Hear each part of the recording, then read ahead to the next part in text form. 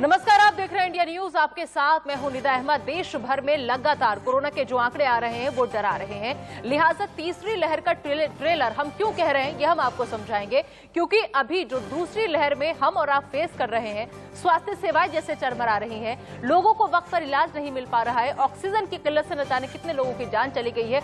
तो लगातार कोरोना का दूसरी लहर का जो कहर है वो जारी है। इसके अलावा डेडली कोरोना का डेथ रिकॉर्ड जो है वो भी लगातार नए आंकड़ों में तब्दील होता हर दिन नजर आता है। लेकिन इस बीच मजबूरी यह है और परेशानी का सबब यह है कि अस्पतालों में ना बेड है और ना ही ऑक्सीजन है, और इसकी वजह से मरीज जो हैं वो बेबस हैं, लाचार नजर आ रहे हैं। और सबसे ज्यादा परेशानी है उन मरीजों के तीमारदारों की जो जगह जगह अपने मरीजों को लेकर भटकने के लिए मजबूर हैं, लेकिन बेबसी की नजरों से अस्पताल की तरफ देखते हैं कि शायद हमारे मरीज को अस्पताल में बेड मिल जाए, शायद वक्त पर उसका इलाज हो जाए, शायद वक्त पर उसे ऑक्सीजन मिल जाए तो हम अपने मरीज को बचा पाएंगे। लेकिन अफसोस कि ये सब कुछ हो नहीं रहा है।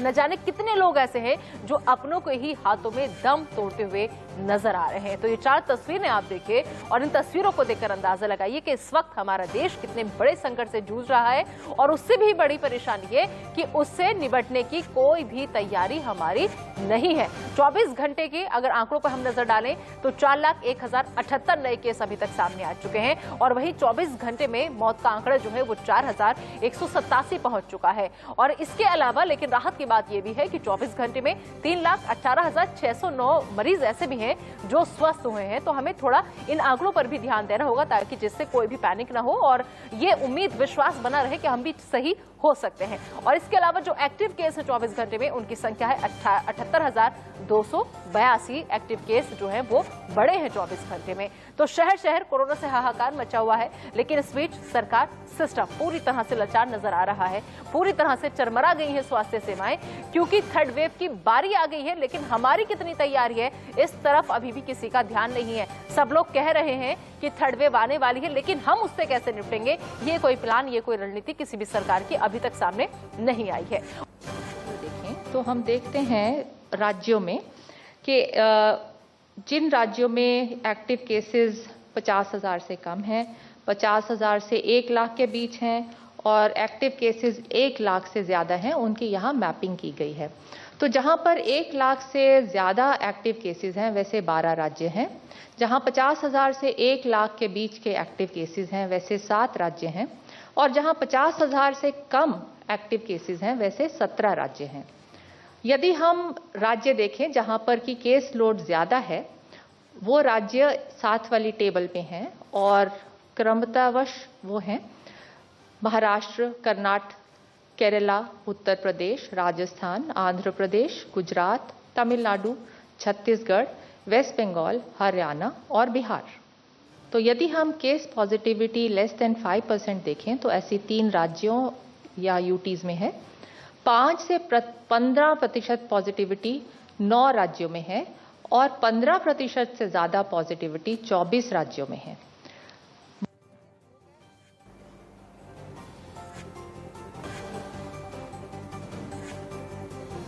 अब सवाल यह है कि तीसरी लहर आ रही है, लेकिन इस बीच तीसरी लहर पर कंफ्यूजन क्यों है?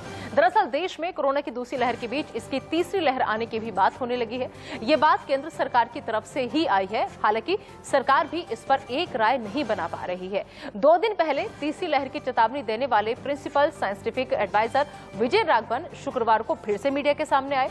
उन्होंने कहा कि यदि हम मजबूत उपाय करते हैं तो हो सकता है कि कोरोना की तीसरी लहर सभी जगहों पर ना आए या फिर कहीं ना आए। तो आपने समझा कि आखिर ये कंफ्यूजन क्यों है? क्योंकि पहले कहा जा रहा था कि तीसरी लहर आना तय है, लेकिन अब कहा यह जा रहा है कि अगर हम उपाय करेंगे, एहतियात बरतेंगे तो फिर तीसरी लहर नहीं आएगी। तो कोरोना की तीसरी लहर जरूर आएगी, अभी ये तय नहीं है कि कब आएगी और कितनी खतरनाक होगी। पहले ये बात कही गई थी, लेकिन हमें नई लहर के लिए तैयार रहना होगा।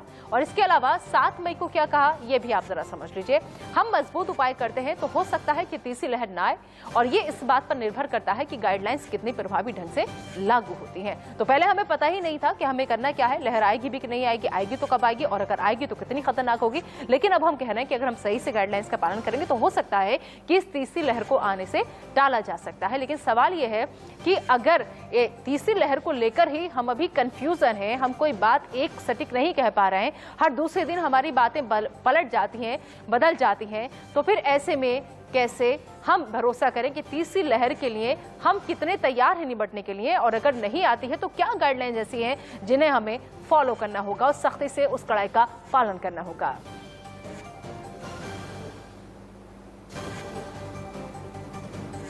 Principal scientific adviser Vijay Raghavan ने और क्या कुछ कहा, आप खुद सुनिए। What next? Where does SARS coronavirus 2 go from here? A phase 3 is inevitable, given the high levels of circulating virus. But it's not clear on what time scale this phase 3 will occur. Hopefully, incrementally, but we should prepare for new waves. The third wave may not come from all the places, indeed anywhere at all. It depends much on how effectively the guidance is implemented at the local level, in the states, in districts, and in the cities everywhere. तो आखिर तीसरी लहर जो है वो कितनी खतरनाक है, और दूसरी बात ये कि अब स्वास्थ्य मंत्रालय जिस तरीके से हाथ खड़े करता नजर आ रहा है कि अगर आपको लक्षण दिखें तो आप रिपोर्ट का इंतजार ना करें, बल्कि आप घर पर रहकर इलाज शुरू कर दीजिए। मतलब साफ है कि अब आपको सरकार के भरोसे नहीं रहना है, भगवान के भरोसे रहिए। अगर उसकी मर्जी होगी तो आप ठीक हो जाएंगे, नहीं होगी तो अस्पतालों ने, स्वास्थ्य मंत्रालय ने तो हाथ खड़े कर दिए हैं। इसी तीसरी लहर के बारे में जानने के लिए डॉक्टर्स का पहला हमारे साथ जुड़ा हुआ है। इसके अलावा आपको हम एक चीज और बता दें कि लगातार नंबर हमारा जो है वो टीवी स्क्रीन पर फ्लैश होता है, उस नंबर पर आप हमें कॉल कीजिए, और अगर आपके मन में भी कोई सवाल है तो डॉक्टर्स का, देश के जाने माने डॉक्टर्स का बड़ा पैनल इंडिया न्यूज पर मौजूद रहता है। आप हमें कॉल कीजिए, आपके मन में कोई भी दुविधा है, किसी भी समस्या का समाधान आप चाहते हैं या कोई भी सलाह मशवरा डॉक्टर से आप चाहते हैं तो आप हमें कॉल कीजिए और अपने सवाल का आप जवाब मांगिए। हमारे साथ इस वक्त डॉक्टर कौशलकांत मिश्रा जो कि एसओ डायरेक्टर फोर्टिस एस्कॉर्ट के हैं, वो जुड़ चुके हैं। इनके अलावा doctor Manoj Kumar, director max hospital के, वो भी हमारे साथ जुड़ेंगे। और सबसे पहले कौशलकांत मिश्रा सर, मैं आपसे एक चीज समझना चाहूंगी। सर, पहले कहा गया कि तीसरी वेव जो है वो आनी तय है, वो हर हाल में आएगी। कैसे आएगी, कब आएगी, कितनी गंभीर होगी ये तीसरी लहर, कुछ नहीं कहा जा सकता। अब कहा यह जा रहा है कि अगर हम सही से गाइडलाइन को फॉलो करेंगे तो तीसरी लहर को आने से रोका जा सकता है। मनोज सर, क्या लग रहा है, क्यों इतना कंफ्यूजन हो रहा है, क्यों हम नहीं समझ पा रहे हैं कि आएगी कि नहीं आएगी, आएगी तो उससे कैसे बचा जाए? देखिए, बड़ा मुझे आश्चर्य सा भी लगा था कि जब सेकेंड वेव अपने पीक पे है और इतने सारे केसेज, 37 लाख, पूरे 37 लाख एक्टिव केसेज हो गए हैं देश में, उस समय तीसरे लहर की बात कही गई। और 2 दिन पहले बुधवार को हमारे चीफ साइंटिफिक एडवाइजर ने कहा कि ये इनएविटेबल है, टाइम प्रोफाइल नहीं बता सकते। उन्होंने दोबारा तुरंत रिकैलिब्रेट किया है और वो कह रहे हैं कि हम बच सकते हैं। तो थोड़ा कंफ्यूजन तो है, क्योंकि मुझे लगता है इतना जल्दी स्टेटमेंट में चेंज जो है आम जनता को भी कंफ्यूज करती है। बट अभी मेरा ये कहना है कि हम लोग सेकंड वेव से जूझ रहे हैं, वहां हमारी तैयारी कम पड़ रही है और हमें ऐसा लग रहा है कि ऑक्सीजन की किल्लत हो रही है, बेड्स की किल्लत हो रही है। तो अभी हमें थर्ड वेव को, ठीक है, एंटिसिपेशन अच्छी चीज होती है किसी भी पैंडेमिक से लड़ने के लिए, लेकिन वो एक भय का भी माहौल पैदा करती है। तो मुझे लगता है कि उन्होंने जो कैलिब्रेशन किया है, रिकैलिब्रेट किया अपने स्टेटमेंट को कल, वो ठीक है कि चीजें अभी ठीक की जाए। सेकंड वेव में लॉजिस्टिक्स और इंफ्रास्ट्रक्चर को मजबूत किया जाए और साथ में जो कोविड एप्रोप्रिएट बिहेवियर है इंडिविजुअल लेवल पे एंड इवन सिस्टम लेवल पे भी, जहां चुनाव रैलियां हो रही थी, जहां कुंभ आयोजन हो रहा था, इन सब चीजों को, जो सुपर स्प्रेडर इवेंट्स थे, उनको रोक के, और मैं इस स्टेटमेंट का स्वागत करता हूं कि हम लोग अभी बिल्कुल असहाय नहीं हुए हैं। अगर हम लोग अपने सिस्टम को मजबूत करें और अपने कोविड एप्रोप्रिएट बिहेवियर को ठीक करें, दोनों व्यक्तिगत लेवल पे और सामाजिक और राजनीतिक लेवल पे, तो हो सकता है कि थर्ड वेव को अवॉइड किया जा सके। ठीक है, हमारे साथ डॉक्टर कौशलकांत मिश्रा भी जुड़ चुके हैं। सर, मैं आपके पास आऊंगी, लेकिन उससे पहले एक कॉलर का रुख कर लेते हैं। धर्मवीर हमारे कॉलर हमारे साथ जुड़ चुके हैं। धर्मवीर, स्वागत है आपका, पूछिए अपना सवाल, क्या जानना चाहते हैं आप? हाँ मैडम जी, बेटा है, उस उम्र उसकी 44 साल है, उसको बुखार है 3 दिन से 100, और उसका ऑक्सीजन लेवल है 94, और टाइफाइड उसको टेस्ट में आया है जी। तो क्या दें उसको? ठीक है डॉक्टर कौशलकांत। इन्होंने बताया कि उसका ऑक्सीजन सैचुरेशन 94 है, उसको 4 दिन से फीवर आया है और उसका टाइफाइड टेस्ट में आया जी। तो मुझे लगता है कि टाइफाइड का ट्रीटमेंट शुरू करना चाहिए, साथ में कोविड का RT-PCR टेस्ट और एंटीजन टेस्ट दोनों कराने चाहिए, क्योंकि आजकल RT-PCR पूरी तरह से नहीं केसेस को फाइंड आउट कर पा रहा है। तो टेस्ट कराने में कोई नुकसान नहीं है, लेकिन टाइफाइड का ट्रीटमेंट तुरंत शुरू करना चाहिए। ठीक है, उम्मीद है धर्मवीर जी को उनके सवाल का जवाब मिल गया होगा। और साथ ही साथ एक चीज मैं समझना चाहूंगी डॉक्टर कौशल मिश्रा आपसे कि आप जरा ये समझाइए कि मैंने यही सवाल डॉक्टर मनोज कुमार से भी पूछा था कि तीसरी लहर को लेकर इतना कंफ्यूजन क्यों है, क्यों हम नहीं समझ पा रहे कि आएगी कि नहीं आएगी, आएगी तो कितनी खतरनाक होगी। अब कहा जा रहा है कि अगर गाइडलाइंस का आप पालन करेंगे, सही से आप इसका सामना करेंगे तो हम इससे बच भी सकते हैं। तो करना क्या है, ये कंफ्यूजन क्यों है इतना? मुझे नहीं लगता कोई कंफ्यूजन है। As a scientist, as a doctor, मुझे मालूम है कि तीसरी वेव आएगी और चौथी भी आएगी और पांचवी भी आएगी। टोटल 5 वेव आएगी कम से कम। मैं आपको दिखाना चाहूंगा, ये जैसे मेरी फिंगर्स है ना, ये फर्स्ट पीक था, ये सेकंड पीक है, ये थर्ड पीक है, ये फोर्थ है और ये फिफ्थ है। इसी तरह से आएगा, इसमें कोई डाउट नहीं है। और साइंटिफिक एडवाइजर के कहने की टाइमिंग गलत हो सकती है, लेकिन उन्होंने जो बोला है वो सही बोला है। फिर उसको जो रिकरेक्ट किया कि अगर हम ऐसा करेंगे तो नहीं आएगी, ये हमें भी पता और आपको भी पता और पूरे देश को पता है हम ऐसा नहीं करेंगे तो वेव आएगी। तो वो अपनी पोजीशनिंग ले सकते हैं because of so many reasons, political, administrative, social, जो भी चीजें कही जाए, उनका कहना गलत नहीं है। टाइमिंग के बारे में क्वेश्चन हो सकता है। पिछली बार साइंटिस्ट कम्युनिटी ने ये गलती की थी, उन्होंने सेकेंड वेव के बारे में नहीं बताया था। ये कहें कि बताया था पर पब्लिकली नहीं बताया था। तो मुझे लगता है कि अगर उन्होंने पिछली बार पब्लिकली नहीं बताया था, इस बार पब्लिकली बता दिया तो ठीक किया, कम से कम देश की सरकार नहीं तो देश के लोग तो जागरूक हो जाए। ठीक है, ये कहना चाहूंगा। और तीसरी वेव, देखिए जितनी पैंडेमिक्स हुई हैं अभी तक पूरे विश्व में, 8वीं शताब्दी से लेकर के आज 21वीं शताब्दी के बीच में करीब करीब 13 से 15 पैंडेमिक्स हुई हैं। ऑलमोस्ट 7 से 8 पैंडेमिक्स में 5 पीक्स आए हैं। थर्ड पीक हमेशा सेकंड पीक से बड़ा है। अब इसका जो बिल्कुल साइंटिफिक है, ये इसमें कोई गेस डाउट है ही नहीं।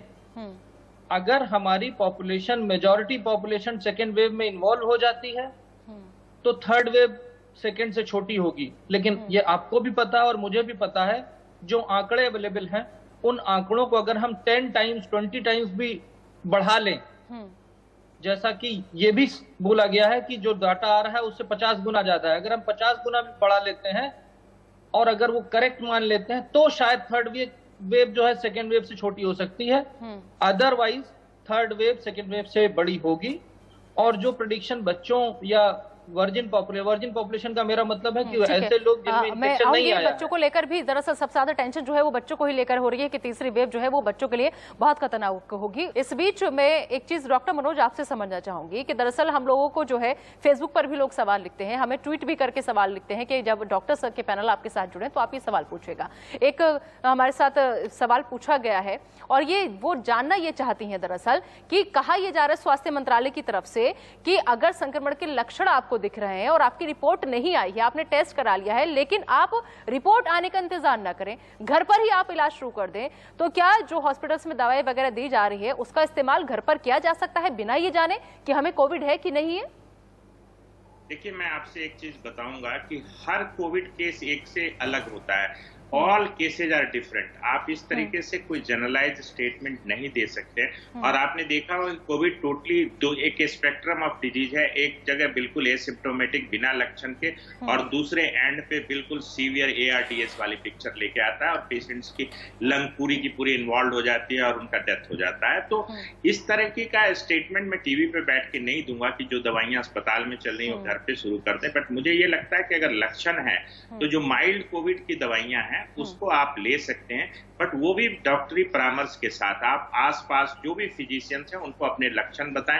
क्योंकि बहुत जगह ऐसा हो रहा है कि RT-PCR के टेस्ट आने में 4-4 दिन लग रहे हैं। और जैसा कि मैंने देखा कुछ एक्सपर्ट्स को ये भी कहते हुए कि CT के रेडिएशन हैजार्ड हैं, ये हैं, वो हैं, बट मुझे लगता है कि ये इंडिविजुअलाइज्ड है, ये हर केस पे डिपेंड करता है। अगर आपका सैचुरेशन बहुत रैपिडली ड्रॉप कर रहा है, आपको सांस लेने में दिक्कत हो रही है, तो ऐसे में CT स्कैन भी अनिवार्य होता है। तो ऐसा कहना, ये बिल्कुल इंडिविजुअल केस बेस्ड ट्रीटमेंट होना चाहिए। और घर पे जो चीजें, जो कॉमन चीजें हैं, जैसे जिंक है, विटामिन C है, फीवर के लिए पैरासीटामोल है, इन सब चीजों का इस्तेमाल कर सकते हैं। आइवरमेक्टिन भी सेफ है, वहां ले सकते हैं। कुछ एंटीबायोटिक्स हल्की जैसे एजिथ्रोमाइसिन प्रिस्क्राइब करते हैं, वो ले सकते हैं। बट मुझे लगता है कि हमेशा आप अपना एक डॉक्टर से, आसपास के किसी भी फिजिशियन से संपर्क बनाए रखें। सही बात है। अगर आपको कोई बीमारी है, उसके बारे में अगर जानकारी लेनी है और अगर आपको पता भी नहीं है कि वो बीमारी है कि नहीं है, तो ऐसे में डॉक्टर्स के पास ना जाकर घर पे इलाज आप शुरू कर दें। ये कहीं ना कहीं लापरवाही भरा बयान स्वास्थ्य मंत्रालय का है। प्रदीप अगले कॉलर हमारे साथ जुड़ गए। जी प्रदीप, स्वागत है आपका, पूछिए अपना सवाल। मैं एक चीज पूछ रहा हूँ कि मैं 1 महीने पहले कोरोना पॉजिटिव हुआ था, तो कोरोना पॉजिटिव होने के बाद तो डॉक्टर से इलाज भी कहा, एंटीबायोटिक पैरासिटामोल, उससे असर नहीं हुआ। तो मैंने फ्लेक्सोन की गोली ली, तो उससे थोड़ा मैं ठीक होता चला गया। और मैंने अपने घर पे इलाज भी किया, तो फ्लेक्सोन प्लस विटामिन की गोली लेता रहा, तो मैं फीवर वगैरह कुछ नहीं, खांसी वासी नहीं है। 1.5 महीना हो गया मेरे को ठीक हुए। तो मैं क्या सफर कर सकता हूँ? ठीक है, डॉक्टर कौशलकांत। हाँ जी, अब 1.5 महीना हो गया है और इनको कोई प्रॉब्लम नहीं है, न खांसी है, न बुखार है, न जुकाम है, तो ये फिट है और ट्रेवल कर सकते हैं। लेकिन एडवाइस ये होगी कि लोगों की, सोसाइटी के लिए और लोगों के लिए घर में ही रहें, बिना मतलब के बाहर न घूमें। अगर जाना भी है बहुत एसेंशियल काम के लिए तो गाइडलाइन उनके पास। ठीक है, तो आप सफर बेशक कर सकते हैं, लेकिन अगर जरूरी ना हो तो घर से बाहर ना निकलें, क्योंकि बाहर भी बहुत बुरा हाल है। और आप जब इस बीमारी को मात देकर आए हैं, बाहर निकले हैं, तो अपना बेहद ख्याल रखिए और ऊपर वाले का शुक्रिया अदा कीजिए कि आपने उसको इस बीमारी से निजात दिलाई है। लेकिन